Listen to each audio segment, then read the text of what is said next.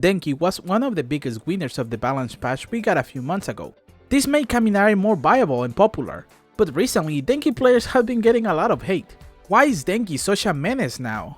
The answer is pretty simple, and it goes to show certain aspect of My Hero Ultra Rumble that me and many simply don't like. Denki's playstyle and strategy revolves around his Gamma, which is a forward moving tackle that electrocutes opponents and creates an opening for more damage. At launch, Denki only had one tackle, but eventually he got two, which made the character much more dangerous as a whole. Of course, he's not the only one who has a move with similar properties. For example, Todoroki and his Gamma Freeze.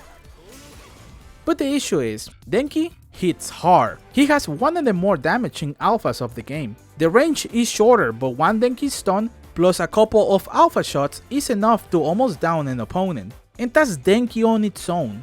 If Denki has his team around, which is usually the case, they can deal damage too. So now it's basically a touch of death. Again, this is true for all the moves with similar properties.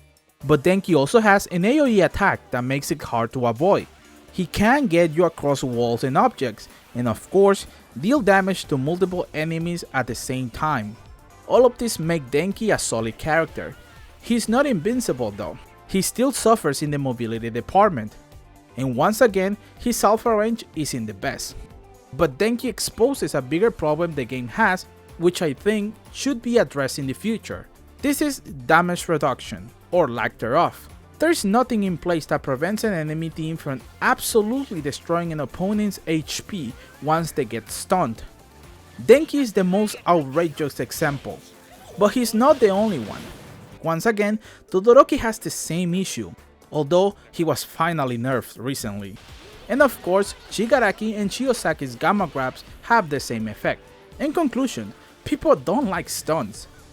When you take away the player's ability to move and defend themselves, well, people are not gonna like it.